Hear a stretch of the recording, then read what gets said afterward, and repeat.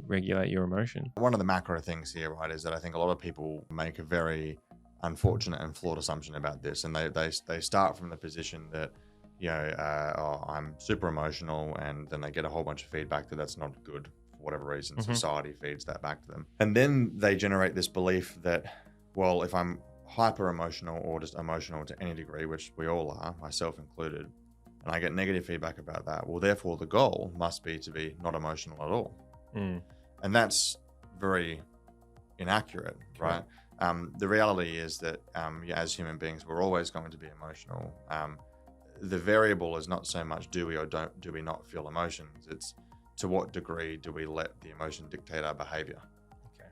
Right, so there's a subtle distinction between having and not having emotions versus having them but then not letting them dictate your behavior. But there's an intellectual component of this, like actually understanding what's happening and why. What are your emotions? Why do we have them? How do you define them? In what context do they present themselves? There's this intellectual and educational part.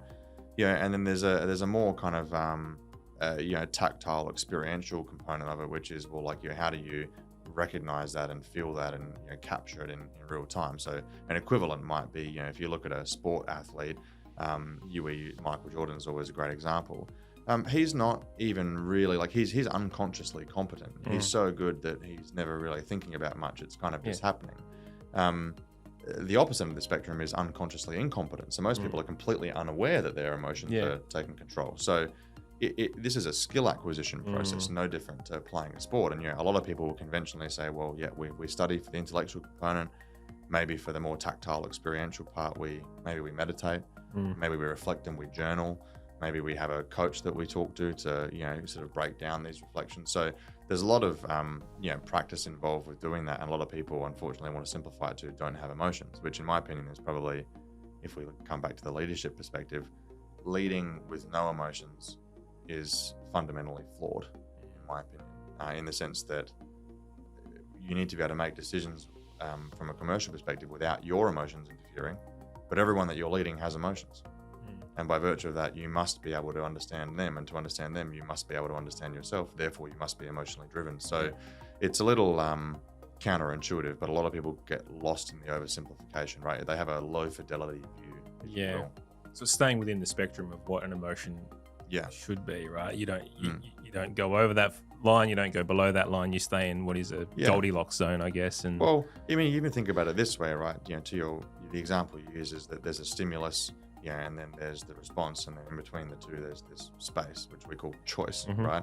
But there's also another way of looking at that, and that is that, well, does the way you feel in business really need to have any link to the decision that you make, right? So for example, you're trying to do a big business deal. I'll use my own experience at Sweat. We went through one, and 36 hours before it was meant to come to a close, it ended up falling over. It cost me more than $10 million of my own money. It was a massive public failure because I've guaranteed a whole bunch to the team, which was a bit of a learning from my part in management and leadership. In that particular scenario, I can sit there and be really angry. I can be really angry because something's got in our way. Sad because I've lost out something. Embarrassed because I've just had failure in front of a huge bunch of people. And then the natural response to those combination of emotions would be to recluse. It would be to run away and hide for a lot of people, right? Correct. That's a terrible decision from a leadership and management perspective. Agreed. If you want to set a culture that welcomes learning and failure, you have to acknowledge your own, right? And so in that case, you might have stimulus, choice and response, right? But the stimulus, the emotion in this particular case, and the choice don't necessarily actually have to have any relation to each other. That's not necessarily a rule, it's a useful principle to live by, but if you're constantly making decisions with the emotions being the key variable that you consider, well, then don't ever expect to make a lot of money in the long term, because the commercial transactions, if you're doing a very big deal with a bunch of investment bankers or M&A people or acquirers, they're not worried about if you're happy, sad, or otherwise. They're worried about if the transaction makes sense. They need to feel good about it, right? But your decisions have to be quite rational and practical. They can't be emotionally driven. Do you think the skill comes from the continuation of making mistakes in that space where you learn? Or is it, can you go from I mean, I know we know this. You can't just go from being at one end of the spectrum to the other end of the spectrum. You have to get better, and that's why they say. Look, recently we did the podcast with Mark Randolph, the co-founder of Netflix, and one of his quotes that he said was that you learn as much. Saying that you can learn entrepreneurship from a book is the same as you can learn playing golf from a book, right? It's you have to be able to play golf for you to learn it. Do you think the same goes with controlling emotions? You just have to be in it. You have to be in amongst it. You have to be overwhelmed, build resilience, all the above. Yeah, I think to a degree. Again, it's like I think that's a great quote. I'd probably suggest, rather than it being kind of like one or the other, it's always this combination of both, right? Like if we look at skill acquisition in general, and leadership is a skill, management is a skill, making decisions is a skill. These are all skills that we don't have them or not have them. We all have them. They just sit somewhere between being not very effective and highly effective, right? So we all sit somewhere here, and the goal is always to move more towards the highly effective end. I think when we look at business, no matter how many shitty situations you put yourself in, and how many times you kind of win, fail, or otherwise, that's not actually going to reinforce efficient decision making, right? It's the reflection, it's the consideration, it's the digestion of the feedback that you get, right? If you're in a boxing match and you constantly go one way and get hit the same way every time, you can get hit 10 times, 100 or 1,000, unless you take that as feedback and want to reflect and do it. So you're going to keep getting knocked in the head, right? And so business is very similar. I mean, now since having exited one of the organizations I founded, Sweat, and I've gone into quite a large amount of like advisory work with founders and in a mentoring or coaching capacity. It is fascinating to me how many people learn the same lesson many times, and that's kind of that's an ironic statement in itself, because if you learn it once, you really shouldn't be repeatedly learning it, right? But it's a really interesting thing to observe, from an arm's length perspective, right?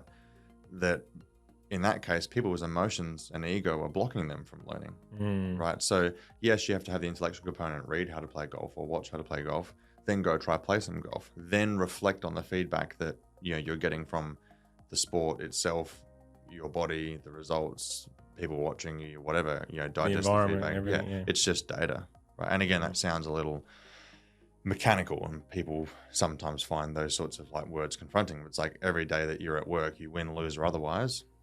Losing is a strong word, so maybe it's win, learn, or otherwise. That's all just feedback. If you don't want to accept and digest the feedback, well, it doesn't matter how much you play the sport. Great. Right. So it's a combination of, do we intellectually learn? Do we experientially learn, if you want to think of it this way? But then very importantly, like the learning is still predicated upon receiving and ingesting and integrating feedback and new information, right? Which unfortunately a lot of people don't do because they get emotionally blocked. They're afraid or they're egotistical or whatever, which we all have to a degree. One of my favorite, kind of perspectives or quotes, if you will, and I very often ask this to people that I work with. I say to them, I'm like, do you want to be right or do you want to win? Right? And you can change that to a variety of different contexts. If someone's doing a deal, it's like, it's an exit deal. It's like, well, do you want to be the smart person in the room or you want to be rich? Like what are the kind of polar extremes here that we want to go at? And the one that presents itself to founders very often is, well, like, do you want to be comfortable or do you want to progress? Because the two very, very rarely exist together. And leadership and management is a great example. It's like, it's really uncomfortable to digest the feedback if someone says to you, you're not good at management, or that didn't really work for me, or it's not really effective, or whatever it might be. That's quite hard to digest. And people, as human beings, we always want to kind of autonomously move towards the path of least resistance. And the path of least resistance in many of these environments is, well, avoid the feedback, avoid the data, hide. It's kind of head in the sand type mentality. And normally the people that are hyper successful do that less. How did you learn and develop yourself to get to where you are now, that you're talking so many truths and have so many different thoughts? How do you continually progress yourself? Like one really solid cut through thought with all of this stuff, and to do this is free of charge, right? It will cost you $0. You don't need to learn it or study it. It's zero. It's free, right? And 99.99999% of the world will never do it. It is seek the truth, right? And to add, some explanation to that, right? Most people seek knowledge, And the issue with that is that not all knowledge or information is true. And so when we seek truth, we build the skill set that is to form our own opinion, which requires digesting multiple sources of information or data, going through our own problem solving and rationalization process, and then arriving at a conclusion. What did you do as the CEO to really drum in, this is the culture that we're working for? How did you lead by example? Look, I think to state it, and this will be kind of very anticlimactic, but to state it in the most honest and kind of factually true manner, the only thing that I did was have an openness to it. So like it would be false for me to say, hey, I was, I was a epic leader or epic manager, because I was terrible for the majority of the journey. And when I say terrible, it's not that I didn't try. It's just that the learning curve is just so big. I would say that I got pretty good, towards the end. But I was just incredibly lucky to be able to get access to and eventually become surrounded by people that were just absolutely incredibly good at their jobs. As a leader of this business, and what was a non-negotiable for you? We use and collect information, metrics or whatever to kind of make decisions, right? But ultimately, all of those decisions that you make, or any decision made in any business, is it has a context, right? And the context in any business is ultimately the business model, right? So, to your question, it's like, oh, what did I look at and what did I use? It's like, well, I spent a lot of time trying to figure out, well, what actually are the right metrics for this particular business model that actually make sense? In business, what's the name of the game? Well, make good quality decisions more often than you make bad ones for a really long time. But you, like me, we're a young CEO, right? And I look, anyone that's in lot 14 over there doing these beautiful startup, fantastic tech startup, fintech, all the above, right? They're not sure if they're making the right decision. There, you come to a fork in a road, you go, shit, left or right? Which way do I go? I'm going to choose left. Is that the right decision? And you go in there. This comes back to point one. They're afraid of accountability. Yeah. Because at the end of the day, like, you have to choose left or right. You just circle back and go down the other. Yeah. Because the worst choice is to passively make no choice. Yeah. So the biggest risk to most businesses, and especially early on, right, when they're still figuring all the basic junk out, right, the biggest risk is no decision. And the reason for that is because they don't have unlimited cash or time. A lot of people think it's like, oh, I got to sign this NDA. I don't want to share you anything. My idea is special, bespoke, rah. That's all crap. All that's crap, and all that wastes time. Yeah. Right. Like, the important thing is, like, how am I determining progress, and what am I even trying to progress towards? Yeah. But most people are not even clear on those two things. Why? Because that's bloody scary. You say, oh, I'm building some super cool piece of tech. Okay, well, how are you objectively measuring if it does what you think it needs to do? And is what you think it needs to do even what the customer wants it to do? And if they want to do that, will they even pay for it? And if they will, how much will they pay? But like, that's a really simple conversation. Most people will never ever get to it because, like, oh, I'm building cool tech. Every human behavior is a reflection of an emotional need. Yeah. Right. So emotions are very important. Very often they're fuel. They certainly were and still are for me in a variety of different ways. Right. But again, this comes back to let the emotions do their thing. Do not let them make all your decisions. How do you do that?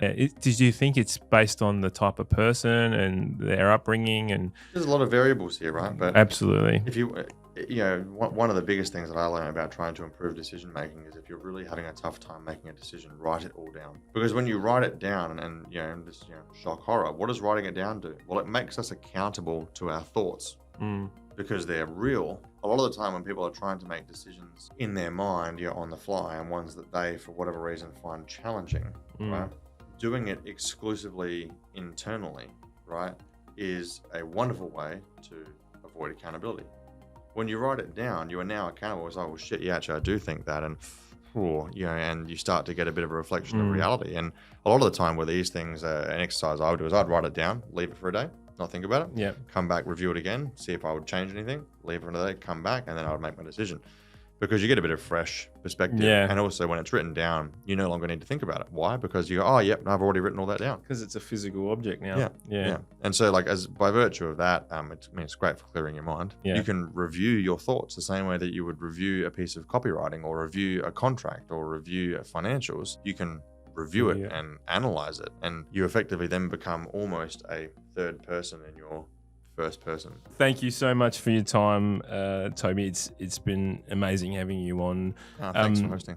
Someone like look, age is not really a factor here, but someone, as youthful as you and experienced so much with so much knowledge is definitely a testament to you and all the hard work that you've put in over your career. So kudos to everything that you've done and everything that you're going to do. And thank you for sharing your knowledge on the show today.